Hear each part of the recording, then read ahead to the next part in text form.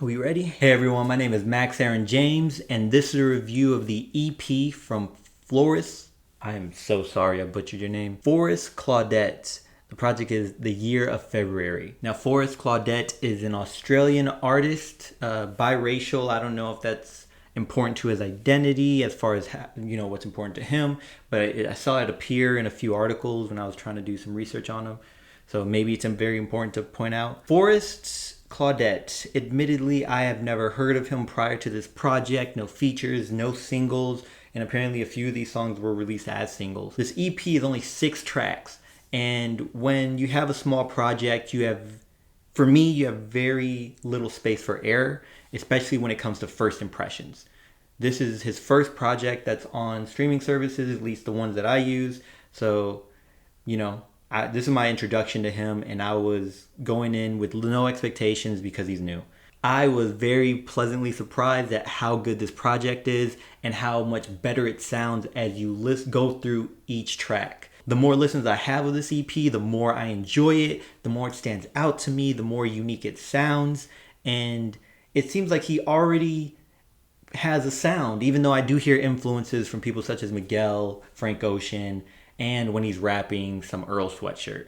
This project sounds great. I can see a very successful career for Forest Claudette as long as he stays consistent, right? Maybe releasing singles leading up to his next project, and hopefully he can release a full project by, let's say, the end of 2023. The reason I'm giving him that is because, again, he's new. He only has one project on his belt, which is a short project, an EP, and a lot of artists, not all, but many artists tend to release small projects and then they never appear on features or release any more singles, and they end up fading into the background and are stuck with a very small designated audience, right? Now that audience may be very loyal and committed to the artist, but you tend not to see them grow much from there. This project to me has no skips. I enjoyed every part. It's mostly romantic, kind of heartbreak, end of relationships type feel, although a couple tracks do address insecurities, especially for someone who's in their late teens, early 20s, which I totally understand and relate to, and reminds me of how I was at around that age. Very good opening with Creaming Soda, which is about him being insecure and feeling that maybe he's not good enough, or will he be good enough to do anything, accomplish anything. I kind of just tied it to accomplishing this career and success as a singer. This project was just released and he's 23 at the moment.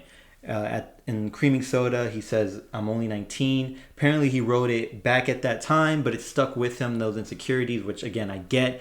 We have imposter syndrome even in our 30s, right? Going through this project, I was actually upset at how short it was because I wanted more, and it's that good.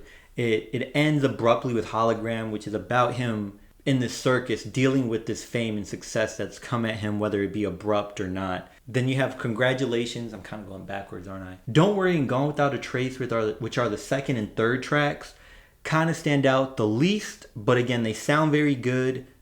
Good tracks you could play at any time, I feel.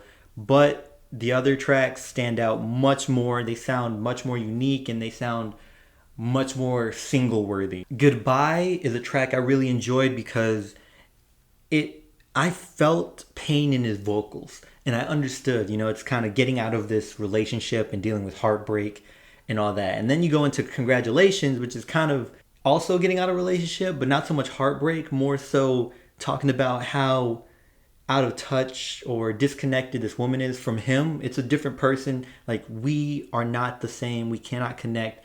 You ruin the mood, and I'm just a different person that we're just not compatible with. Then of course it ends with Hologram, which again, also enjoyed it, but the ending felt abrupt. It felt like there should have been maybe 2 more tracks, maybe 3. I just wanted a longer project. Either way, I would recommend you checking it out, especially if you're into the more alternative indie R&B pop sounds. I can see, again, a successful career here as long as he keeps working on his craft and as long as he stays consistent with making music. Don't want to see artists like this fade into the abyss and fade away. That's all I have for this video. Hope you enjoyed it. And if you have listened to this project, what did you think about it? Till next time, y'all take care of one another, check up on one another, check up on yourself, and remember, potential has no limit.